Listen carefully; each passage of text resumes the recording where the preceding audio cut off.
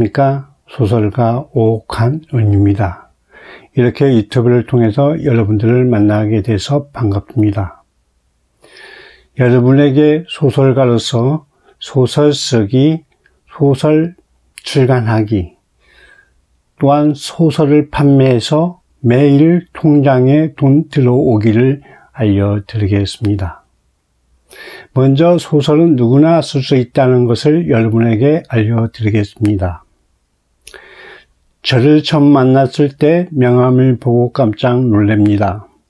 소설가라는 직업 때문이겠죠.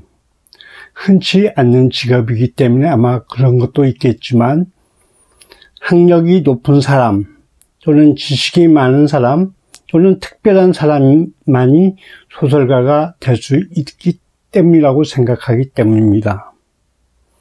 그러나 저는 절대 그러지 않다고 생각합니다. 저의 과거를 보면은 그럴 만한 인물이 아니기 때문입니다. 그럼 저의 과거를 한번 돌아가 볼까요? 저희 초등학교 시절에 국어를 제일 못했습니다. 학교에 남아서 받아쓰기를 할 정도로 아주 공부를 못했습니다.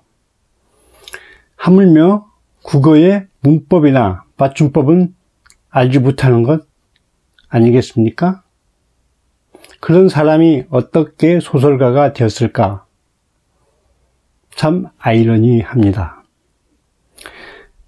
그렇게 지내다 어느 날 저는 그러니까 1980년 민주화 운동이 활발할 때에 저는 쫓기다시피 시골 집으로 가게 되었습니다.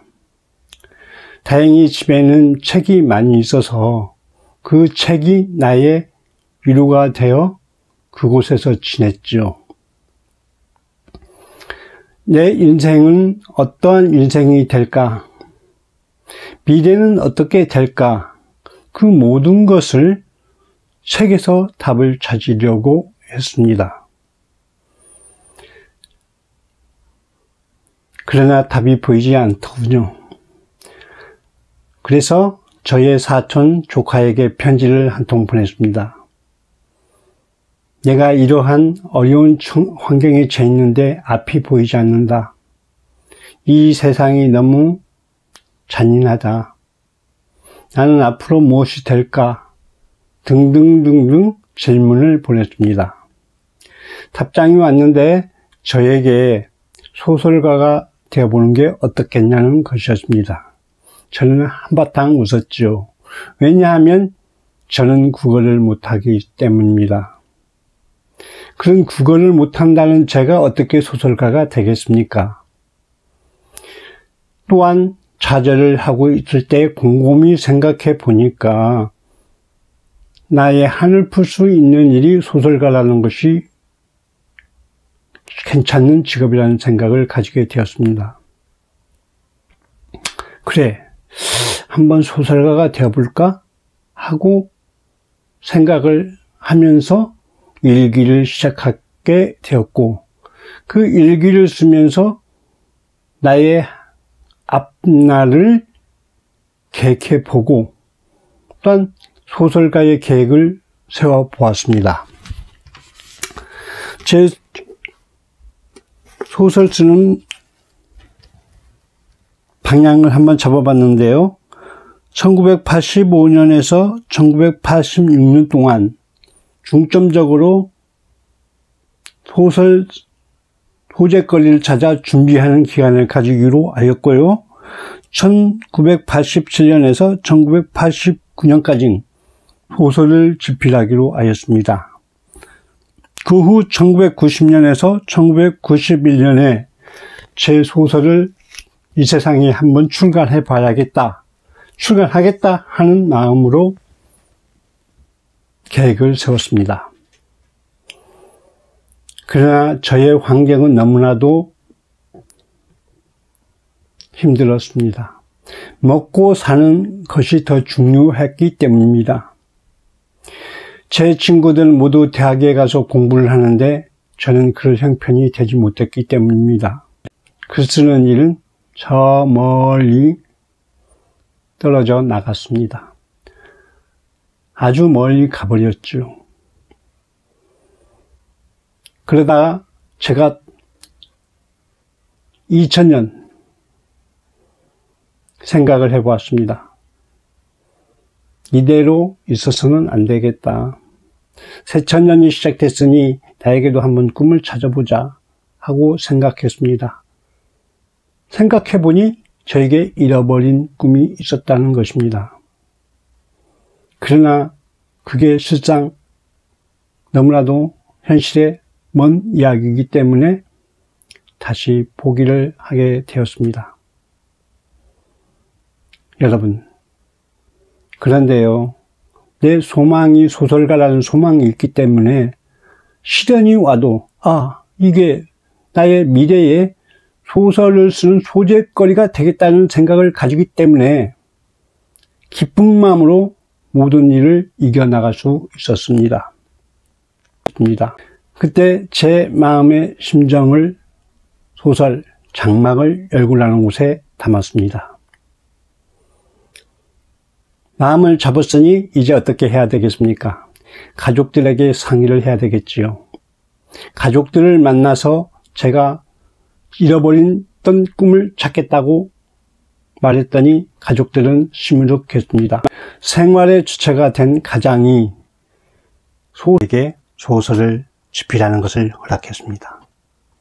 그래서 저는 이제 그렇게도 그리워했던 소설을 집필하는 일을 하게 되었죠. 그런데 막상 소설을 쓰려고 펜을 잡으니 아무것도 생각이 않는 하얀 머릿속이 되어 있었습니다. 고민을 많이 했습니다. 여러분들도 소설을 처음 쓸 때는 아마 그럴 것입니다. 그러나 포기하지 마십시오. 저는 사업을 하면서 늘 그 생각을 했습니다. 이제 나에게 꿈이 찾아왔는데, 잃어버린 꿈이 찾아왔는데 이제 이 꿈을 이루어야 되겠다는 생각을 계속했습니다. 그래서 나의 봄을 일기장을 한번 찾아보았습니다. 그 일기장에 저의 과거가 나오는데요. 고통의 나날이 기록되어 있었습니다. 저의 한이 있었습니다. 과연 이 한을 어디에서 왔을까 생각을 해봤습니다. 과연 우리 아버지가, 우리 할아버지가 나에게 한을 유산으로 남기지는 않았을 것이라고 생각을 했습니다. 그래서 저는 저의 과거와 저의 아버지와 저의 할아버지의 뒷조사를 하게 되었고, 또한 그 조상들이 내려주는 유산이 무엇인가를 발견하게 되었습니다. 그래서 겨울방학이 된 아이들을 붙잡고 저는 우리 가족이 조상에게 받은 유산을 이야기를 하면서 나는 손목시계라는 책에 집필해 보겠다. 그 속에 우리들의 이야기, 우리 가족들의 이야기가 있을 것이라고 생각을 했습니다. 제가 가진 국어 실력은 부족하기 때문에 저의 자녀들에게 그 실력을 키우기 위해서는 배워야 되겠다는 마음으로 자녀들에게 도움을 요청했습니다. 자녀들은 기꺼이 허락을 하고 또한 소설의 내용이 어떤 것인가를 알게 되고 우리 조상들, 우리 가족이 어떠한 유산으로 이루어져 가고 있다는 것을 알게 되므로 인성이 높아지는 계기가 되었고 가족 간이 화목하게 되었습니다. 드디어 2012년 저에게 첫 소설 손목시계라는 책이 나왔습니다. 이 내용에 중점적으로 말하는 것은 시침, 붙임, 초침이 시계 안에서 돌아가는데 모두 흩어져 돌아갑니다. 그런데요, 우리가 하루에 2번은 꼭 만난다는 것은 알 수가 있습니다. 우리 가정에 일어난 일들이 때로는 불난도 오지만 때로는 슬픈 날도 오지만 우리는 운명적으로 한 가족이라는 것을 인정하게 되는 그러한 내용을 담았습니다. 저는 소설 출간하고 너무너무 기뻐서 아내를 잡고 한참을 울었죠. 너무 기뻤습니다. 꿈은 이루어집니다. 여러분도 저보다도 더 많은 지식을 가지고 있기 때문에 좋은 책을 집필할 수 있고 또한 훌륭한 소설가가 될 수가 있습니다. 첫 번째 소설을 집필하고 나니 두 번째 소설을 쓰고 싶은 충동이 오더군요. 그래서 두 번째 소설은 어떤 소재를 찾을까 생각해 보았습니다. 현대인으로 살아가는 내가 후손들에게 지금 부끄럽지 않다는 것을, 부끄럽지 않는 사람이 있었다는 것을 알고 싶었습니다. 그러면 어떤 내용을 쓸까? 사회가 굉장히 불안하고 힘들고 또한 풍파 속에서 흔들리는 배 같다는 생각이 들었습니다. 즉, 우리가 사는 이 세계가, 이 세상이 제각기 자리를 지키지 못하고 흩어져 버리는 시계, 제 역할을 하지 못하는 시계, 그 시계를 고치는 사람이 필요하다는 것을 느꼈습니다. 그래서 저는 그 내용을 시계 수리공이라는 제목을 가지고 집필하게 되었습니다. 두 번째 소설이 이렇게 나온 것입니다.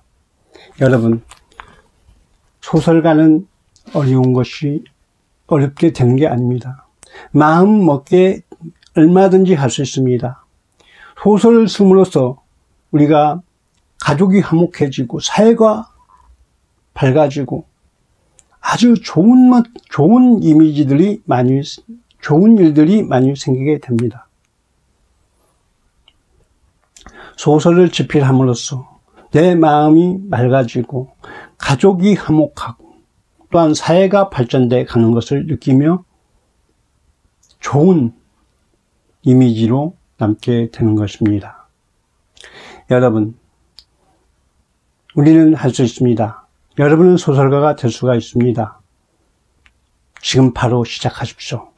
어린 시절 TV를 보다가 깜짝 놀랐습니다. 피겨스케이팅하는 여자 선수가 요정 같았습니다. 너무나 아름다웠습니다. 그 피겨스케이팅 하는 그 사람이 저는 정말로 요정인 줄 알았기 때문입니다. 우리나라에는 그런 선수가 나올 수가 없다고 생각했습니다. 그러나 얼마 되지 않아 혜성처럼 김연아 선수가 나타나서 올림픽에서 피겨스케이팅에서 당당히 금메달을 획득하여 목에 걸었습니다. 우리가 어렸을 때는 월드컵에 에서만 통과하면 잘한다고 했습니다. 목표가 8강이었죠. 그러나 우리는 열심히 노력한 결과 2002년 월드컵에서 당당히 4위를 획득하는 일을 이루었습니다. 우리는 그 일을 너무나 생생하게 기억하고 있습니다. 여러분, 꿈은 이루어진다. 여러분도 소설을 쓰기로 마음먹으면 얼마든지 소설을 쓸 수 있기 때문에 여러분의 가진 꿈이 이루어집니다. 빌보드 차트에 우리가 오르는 것이 꿈인 적이 있었습니다. 10위권만 들어가면 원이 없겠다고 했습니다. 그러나 최근에 우리는 너무나도 잘 아는 방탄소년단이 빌보드 차트 1위에 오르는 영광을 얻었습니다. 꿈은 이루어집니다. 그 이상 이루어집니다. 최근에 봉준호 감독이 아카데미상을 4개나 타게 되었습니다. 저는 그 상에서 각봉상을 탔다는 게 너무나도 기분이 좋았습니다. 이제 우리에게 남은 상이 무엇이 있을까요? 노벨 문학상입니다. 여러분, 우리는 이제 노벨 문학상을 탐으로써 정말로 멋진 나라가 될 수 있고 많은 사람들에게 이미지를 높이는 그러한 나라가 될 수 있다고 생각합니다. 여러분이 그 노벨 문학상의 주인공이 되십시오. 여러분은 할 수가 있습니다. 여러분, 겁내지 마시고 한번 도전하십시오. 도전은 여러분에게 새로운 희망을 줍니다. 결실을 줍니다. 감사합니다. 다음에는 여러분에게 소설가가 되면은 어떠한 이익이 우리에게 오는가를 알려드리겠습니다. 저의 유튜브에 구독을 해주시면 감사하겠습니다. 감사합니다.